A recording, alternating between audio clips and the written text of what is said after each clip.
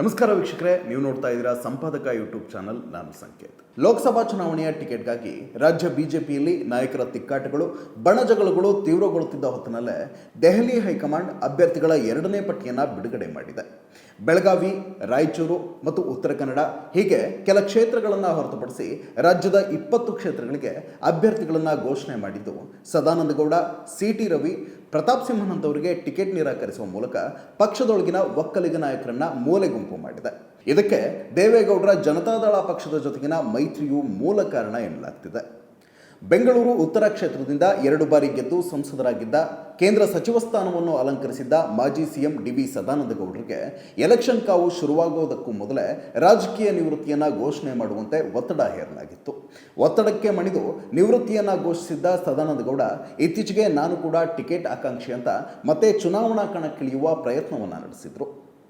ಆದರೆ ಉಡುಪಿ ಚಿಕ್ಕಮಗಳೂರು ಕ್ಷೇತ್ರವನ್ನು ಪ್ರತಿನಿಧಿಸ್ತಾ ಇದ್ದಂತಹ ಶೋಭಾ ಕರಂದ್ಲಾಜೆ ಅವರಿಗೆ ಬೆಂಗಳೂರು ಉತ್ತರದಿಂದ ಟಿಕೆಟ್ ನೀಡುವ ಮೂಲಕ ಸದಾನಂದಗೌಡರ ರಾಜಕೀಯ ಜೀವನಕ್ಕೆ ಫುಲ್ ಸ್ಟಾಪ್ ಇಟ್ಟಿದ್ದಾರೆ. ಬಿಜೆಪಿಯ ಕೋರ್ ಕಮಿಟಿ ಸದಸ್ಯರಾಗಿರೋ ಸದಾನಂದಗೌಡರ ಕಥೆನೇ ಹೀಗಾದರೆ, ಮಾಜಿ ಸಚಿವ, ಬಿಜೆಪಿಯ ಮಾಜಿ ರಾಷ್ಟ್ರೀಯ ಪ್ರಧಾನ ಕಾರ್ಯದರ್ಶಿ, ರಾಜ್ಯ ಬಿಜೆಪಿಯ ಪ್ರಭಾವಿ ಒಕ್ಕಲಿಗ ನಾಯಕ ಸಿ.ಟಿ. ರವಿಯವರದು ಇನ್ನೊಂದು ಥರದ ಕತೆ. ಸಿ.ಟಿ. ರವಿ ಕಳೆದ ಬಾರಿ ವಿಧಾನಸಭಾ ಚುನಾವಣೆಯಲ್ಲಿ ಸೋತ ಬಳಿಕ ರಾಷ್ಟ್ರೀಯ ಪ್ರಧಾನ ಕಾರ್ಯದರ್ಶಿಯ ಸ್ಥಾನವನ್ನು ಕಳೆದುಕೊಂಡಿದ್ರು. ಎಷ್ಟೇ ಪ್ರಯತ್ನ ನಡೆಸಿದ್ರೂ ರಾಜ್ಯಾಧ್ಯಕ್ಷ ಹುದ್ದೆಯನ್ನು ದಕ್ಕಿಸಿಕೊಳ್ಳೋಕೆ ಸಾಧ್ಯವಾಗಿರಲಿಲ್ಲ. ಪಕ್ಷದಲ್ಲಿದ್ದ ಎಲ್ಲ ಹುದ್ದೆಗಳಿಂದಲೂ ವಂಚಿತರಾಗಿದ್ದ ಸಿ.ಟಿ. ರವಿ ಕೊನೆಗೆ ಉಡುಪಿ ಚಿಕ್ಕಮಗಳೂರು ಲೋಕಸಭಾ ಕ್ಷೇತ್ರದ ಟಿಕೆಟ್ ಮೇಲೆ ಕಣ್ಣಿಟ್ಟು ಹಾಲಿ ಸಂಸದೆ ಶೋಭಾ ಕರಂದ್ಲಾಜೆ ವಿರುದ್ಧ ಕಾರ್ಯಕರ್ತರನ್ನ ಎತ್ತಿಕಟ್ಟಿ ಶೀತಲ ಸಮರವನ್ನ ಸಾರಿದ್ರು. ಗೋ ಬ್ಯಾಕ್ ಅಭಿಯಾನದ ಹಿಂದಿದ್ದದ್ದು ಸಿ.ಟಿ. ರವಿ ಅನ್ನೋದು ಈಗ ಗುಟ್ಟಾಗಿ ಉಳಿದಿಲ್ಲ.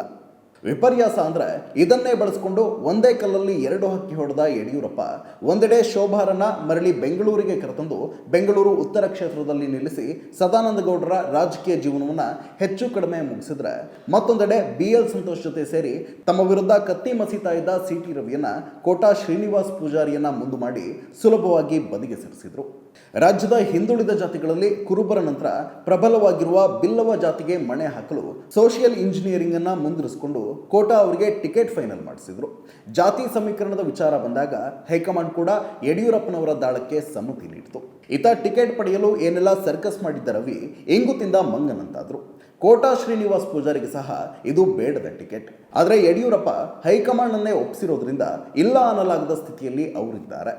ಮೋದಿ ಅಲಿಯಲ್ಲಿ 2 ಬಾರಿ ಮೈಸೂರಿನಿಂದ ಗೆದ್ದು ಸಂಸದನಾಗಿ ದ್ವೇಷ ಭಾಷಣಗಳ ಸರದಾರ ಅನಿಸಿಕೊಂಡಿದ್ದ ಒಕ್ಕಲಿಗ ಸಮುದಾಯಕ್ಕೆ ಸೇರಿದ ಪ್ರತಾಪ್ ಸಿಂಹನಿಗೆ ಕೂಡ ಟಿಕೆಟ್ ತಪ್ಪಿಸಲಾಗಿದೆ. ಪ್ರತಾಪ್ ಜಾಗಕ್ಕೆ ರಾಜಕೀಯದ ಗಂಧ ಗಾಳಿಯೂ ಗೊತ್ತಿರದ ಯದುವೀರ್ ಅವರನ್ನ ಕರೆತರಲಾಗಿದೆ. ವಿಶೇಷವೆಂದರೆ ಯದುವೀರ್ ವಿಚಾರದಲ್ಲಿ ಮೈಸೂರಿನ ರಾಜಮನೆತನ ಒಂದು ಅಂಶವಾದರೆ ಮತ್ತೊಂದು ಅಂಶ ಮತ್ತದೇ ಜಾತಿ ಸಮೀಕರಣದ್ದು. ಅರಸು ಸಮಾಜ ಸಹ ಹಿಂದುಳಿದ ವರ್ಗಕ್ಕೆ ಸೇರುತ್ತೆ. ಒಂದೆಡೆ ರಾಜಮನೆತನದೆಡೆಗೆ ಮೈಸೂರು ಜಿಲ್ಲೆಯಲ್ಲಿ ಸಹಜವಾಗಿಯೇ ಇರುವ ಗೌರವ, ಮತ್ತೊಂದೆಡೆ ಸಾಮುದಾಯಿಕವಾಗಿ ಸಣ್ಣದಿದ್ದರೂ ಪ್ರಭಾವಿಯಾಗಿರುವ ಅರಸು ಸಮುದಾಯಕ್ಕೆ ರಾಜಕಾರಣದಲ್ಲಿ ರಾಜಾಶ್ರಯ ನೀಡಿದ ಶ್ರೇಯ. ಈ ಎರಡು ಪಕ್ಷದ ಗೆಲುವಿಗೆ ಅನುಕೂಲವಾಗುತ್ತೆ ಎನ್ನುವ ಅಂಶವನ್ನ ಯಡಿಯೂರಪ್ಪ ಬಿಜೆಪಿ ಹೈಕಮಾಂಡ್ ಮುಂದಿರಿಸಿ ಗ್ರೀನ್ ಸಿಗ್ನಲ್ ಪಡೆಯುವಲ್ಲಿ ಯಶಸ್ವಿಯಾದರು. ಆ ಮೂಲಕ ಮತ್ತೊಂದು ಒಕ್ಕಲಿಗ ವಿಕೆಟ್ ಅನ್ನ ಬಲಿ ಹಾಕಿದ್ರು. ಇದಷ್ಟೇ ಅಲ್ಲ, ಬಿಜೆಪಿಯಿಂದ ಚುನಾವಣೆಗೆ ಸ್ಪರ್ಧಿಸೋಕೆ ತುದಿಗಾಲಿನಲ್ಲಿ ನಿಂತಿದ್ದ, ಕಳೆದ ವಿಧಾನಸಭಾ ಚುನಾವಣೆಯಲ್ಲಿ ಬಿಜೆಪಿ ಅಭ್ಯರ್ಥಿಗಳ ಪರ ಹಗಲು ರಾತ್ರಿ ಪ್ರಚಾರ ಮಾಡಿ ಶ್ರಮಿಸಿದ್ದ ಮಂಡ್ಯದ ಗೌಡ್ತಿ ಸುಮಲತಾ ಅಂಬರೀಶ್ ಅವರಿಗೂ ಟಿಕೆಟ್ ಅನ್ನು ನಿರಾಕರಿಸಲಾಗಿದೆ. ಬಿಜೆಪಿ ಹೈಕಮಾಂಡ್ ಹೀಗೆ ಹಿರಿಯರು ಕಿರಿಯರೆನ್ನದೆ ಒಕ್ಕಲಿಗ ಸಮುದಾಯದ ಎಲ್ಲಾ ನಾಯಕರನ್ನ ಸಾರಾಸಗಟಾಗಿ ಮೂಲೆಗೆ ಸರಿಸುತ್ತಿರುವುದಕ್ಕೆ ಜೆಡಿಎಸ್ ಮತ್ತು ದೇವೇಗೌಡರ ಸಖ್ಯವೇ ಮೂಲ ಕಾರಣ ಎನ್ನಲಾಗ್ತಿದೆ. ರಾಜ್ಯ ಬಿಜೆಪಿಯಲ್ಲಿನ ಒಕ್ಕಲಿಗ ನಾಯಕರು ಬಲ್ತ್ಕೊಂಡ್ರೆ ನಾಳೆ ದಿನ ತಮ್ಮ ಕುಟುಂಬ ಹಾಗೂ ಪಕ್ಷ ಎರಡಕ್ಕೂ ಮುಳುವಾಗ್ತಾರೆ ಅನ್ನೋದನ್ನ ಅರಿತ ಸದಾನಂದಗೌಡ ಆದಿಯಾಗಿ ಬಿಜೆಪಿ ಹೊಸ್ತಿಲಲ್ಲಿ ನಿಂತಿದ್ದ ಸುಮಲತಾ ಅವರಿಗೆ ಪ್ರಭಾವಿಗಳಾಗಿ ಗುರುತಿಸಿಕೊಂಡಿದ್ದ ಎಲ್ರಿಗೂ ಟಿಕೆಟ್ ತಪ್ಪಿಸಲು ಅಪ್ಪ ಮಕ್ಕಳು ತಂತ್ರ ರೂಪಿಸಿದರು ಎಂಬ ಮಾತುಗಳು ಕೇಳಿ ಬರ್ತಿವೆ. ಮೈತ್ರಿಯ ಕಾರಣಕ್ಕೆ ದೇವೇಗೌಡರ ಸಲಹೆಯನ್ನು ಗಂಭೀರವಾಗಿ ಪರಿಗಣಿಸಿರುವ ಬಿಜೆಪಿ ಹೈಕಮಾಂಡ್ ಒಕ್ಕಲಿಗ ನಾಯಕರಿಗೆ ಕೋಕ್ ಕೊಟ್ಟಿದೆ ಎಂಬುದು ಈಗ ಸ್ಪಷ್ಟವಾಗ್ತಿದೆ. ದೇವೇಗೌಡರು ಕಾಲಕಾಲಕ್ಕೆ ತಮ್ಮ ವಿರುದ್ಧ ಎದುರಾದ ಅಥವಾ ತಮ್ಮ ವಿರುದ್ಧ ಪ್ರಭಾವಿಯಾಗಿ ಬೆಳೆದು ನಿಲ್ಲಬಹುದು ಎನ್ನುವ ಒಕ್ಕಲಿಗ ನಾಯಕರ ಬೆಳವಣಿಗೆಗೆ ಒಂದೋ ತೊಡಕಾದರು, ಇಲ್ಲವೇ ಸಾಧ್ಯವಿರುವೆಡೆ ಮುಗಿಸಿಯೇ ತೀರಿದ್ರು.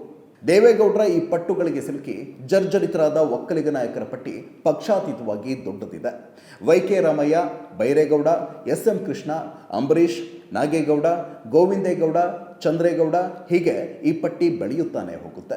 ಇದೀಗ ಒಂದೆಡೆ ಯಡಿಯೂರಪ್ಪ ಜಾತಿ ಸಮೀಕರಣದ ಹೆಸರಿನಲ್ಲಿ ಒಕ್ಕಲಿಗ ನಾಯಕರನ್ನ ಅನಾಮತ್ತಾಗಿ ಬದಿಗೆ ಸರಿಸ್ತಾ ಇದ್ರೆ, ಮತ್ತೊಂದೆಡೆ ಮೈತ್ರಿ ಹೆಸರಿನಲ್ಲಿ ದೇವೇಗೌಡರು ತಮ್ಮ ಎದುರಾಳಿ ಒಕ್ಕಲಿಗ ನಾಯಕರನ್ನ ಬಲಿ ಹಾಕ್ತಿದ್ದಾರೆ.